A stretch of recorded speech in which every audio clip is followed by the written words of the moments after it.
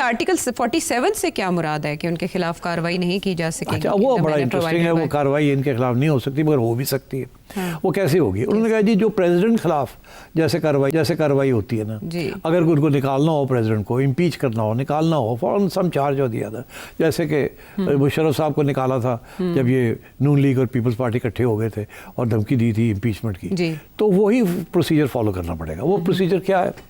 वो ये है कि पहले तो किसी एक घर में, सेनेट में या नेशनल असेंबली में एक रेजोल्यूशन पास करना होगा बाय 51% ऑफ दी वोट, सादा अक्सरियत। उसके साथ एक रेजोल्यूशन होगा कि हम आयशा को निकालना चाहते हैं।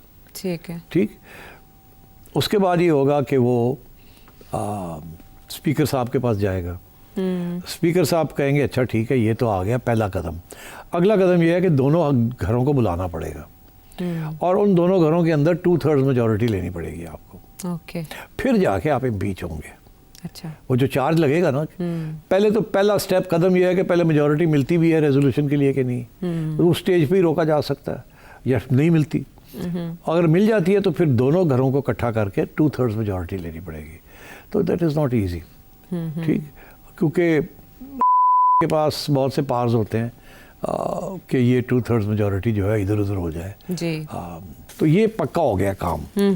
अच्छा, अब जैसे प्रेसिडेंट साहब का पक्का है, ये भी पक्का हो गया। सो आई थिंक ये तो this is a very significant development.